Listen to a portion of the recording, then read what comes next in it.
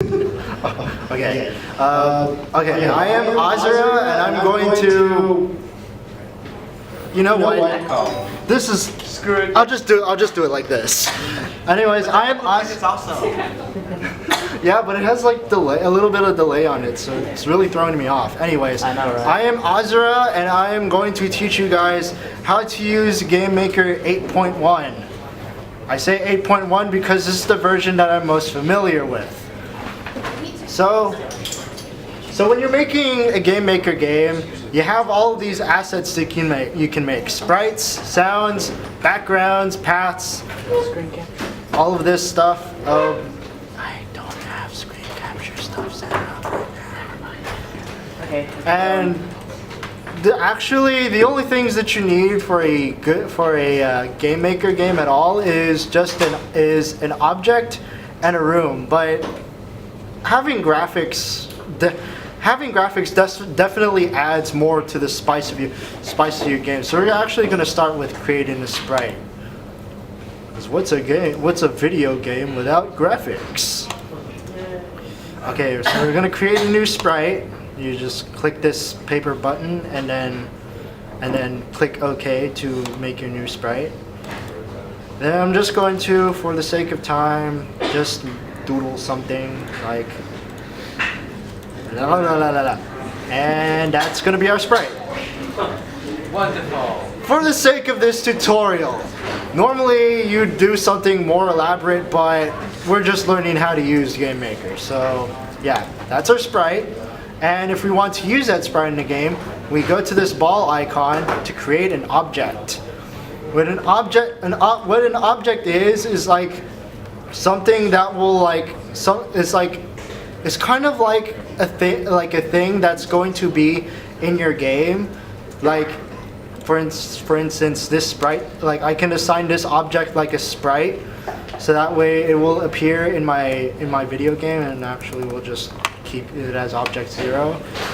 And once we have our object made, then we make our room. Then we make a room, and then we put our object in that room. And this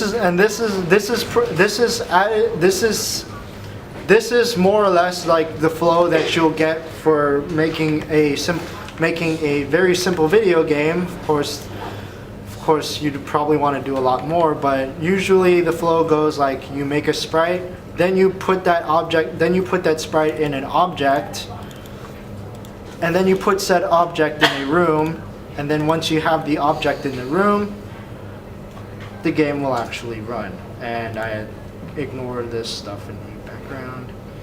And there you have it. This is the object that we placed.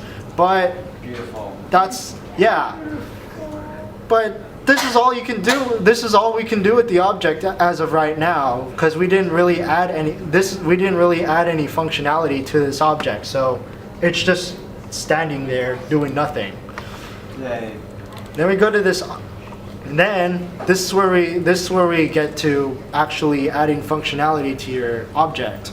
Here, if you want to like make your object do something, then you go to your object, and then you click Add Event, and then you can choose among these events to add like create, which like the create event is like it's the stuff that happens when the object is created. So when we saw the object in the room, the moment the game ran, that object was created in that room. And we also have the destroy event, which is basically what happens when you take the instance out of the game. So if you remove this object from the room, then it will do whatever you put under the destroy event. Alarms are kind of like timers, so like if you have something that's time sensitive, you can use these.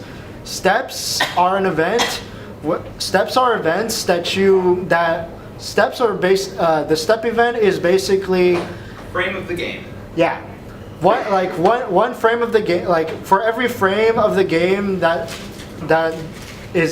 for every frame of the game, whatever's in this step event will run every frame. So you might want to be a little careful when adding events to your when adding actions to your step event. Collision is like when you what happens when you collide with another object or an object similar to that, or the same object, whatever you want it to affect. Keyboard is what you're probably going to be using most often, alongside key press and key release. But we'll focus on keyboard for now because key press and key release are more or less the same thing, except for the only difference is that key press only does things when you press the key, and key release only does things when you release the key. May I interrupt for a moment? Sure. So, just checking, how many of you guys have GameMaker now? Did any of you guys get it installed in the meantime? Okay. Yeah. That's a GameMaker.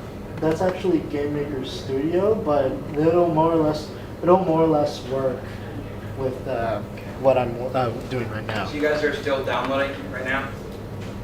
No? How many people have it now, may I ask? Okay.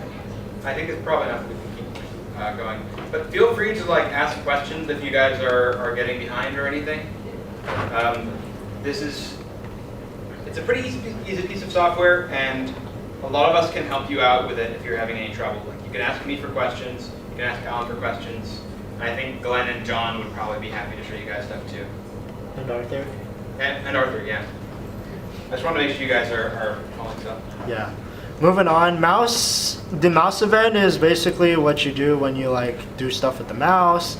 Other is basically a bunch of other things that couldn't be fit in these other events. So when your instance goes outside the room, when it intersects the boundary of the room, what views to use, etc., etc.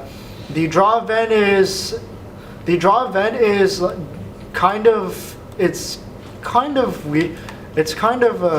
complicated to explain right now, but the draw event is where you put all of your all of your draw functions mostly in this draw tab. But the thing is with this, from what I know, if you use the draw event, then your sprite itself won't actually draw. But I'm not sure if that's the same with drag and drop. Alan, Yes? we can probably keep this pretty low level simple right now. Sorry. Pretty basic. I'm sorry. We're dealing with some people who are learning it for the first time, so I would cover just the basics that need to make a working game. Okay. And then we can go into advanced stuff at another meeting. Okay. So for the first thing we want to do is make our object move. So we'll go to the keyboard event, and we'll want to use left, right, up, and down in this case. And then once we have our left event, then we go to move, and then we use this.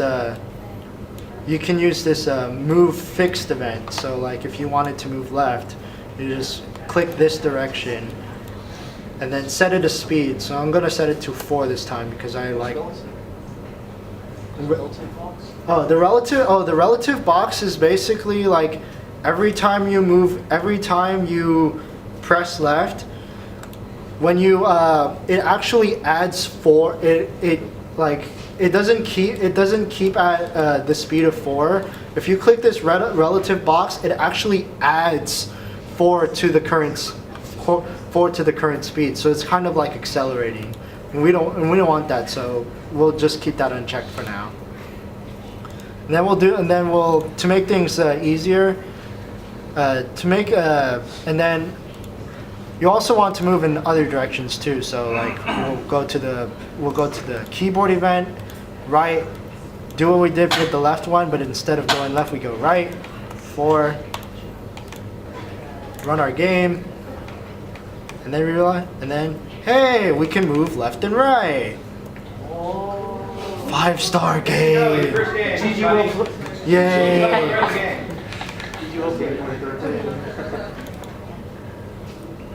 And then we'll also want to move up and down as well, because chances are we're not playing Galaga. Freedom of movement is awesome. And then down 4. Then, yay, freedom of movement. And Yay! Time to play Tron. Can you move the diagonals? How I set it up right now, you cannot actually do diagonals. How would you if that situation? How? Oh, what would you do in that situation? Yeah, if you wanted to, is there a way to like combine left and upper bench? You can, but the thing is, like, it would be really complicated to do with this move action. So I'm actually gonna get rid of this move action and use the jump to position action.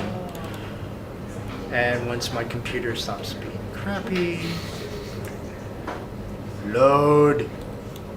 Sorry, my computer's being a piece of crap right now. Trust me, it doesn't overheat as much as mine. I've reached 160 degrees Fahrenheit. My old computer actually used to go up to 200, Oh, which that's is impressive. That's pretty, impressive. pretty. I don't think that's something to Very be. impressive. It's an achievement. I don't think that's something to be proud of. If anyone needs help, let us know. We'll try to help you. Not me though, because I don't. Game Maker, don't crash. On.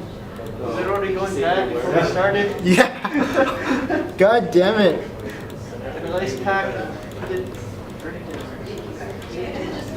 Does this computer have Game Maker? Oh, there it is. Okay, so it's back. So is this way? Yeah, this is where relative comes into play. So when we normally if you jump to position, like say if I left it if I left this as is, if I press left, it will actually. Stay there. Oh no, it goes all the way back to the Like if I don't have the relative button checked, if I press left, then it will jump to this position literally. So if we want to fix that, this is where the relative option comes into play. So if we check this relative option and we'll do -4 for this.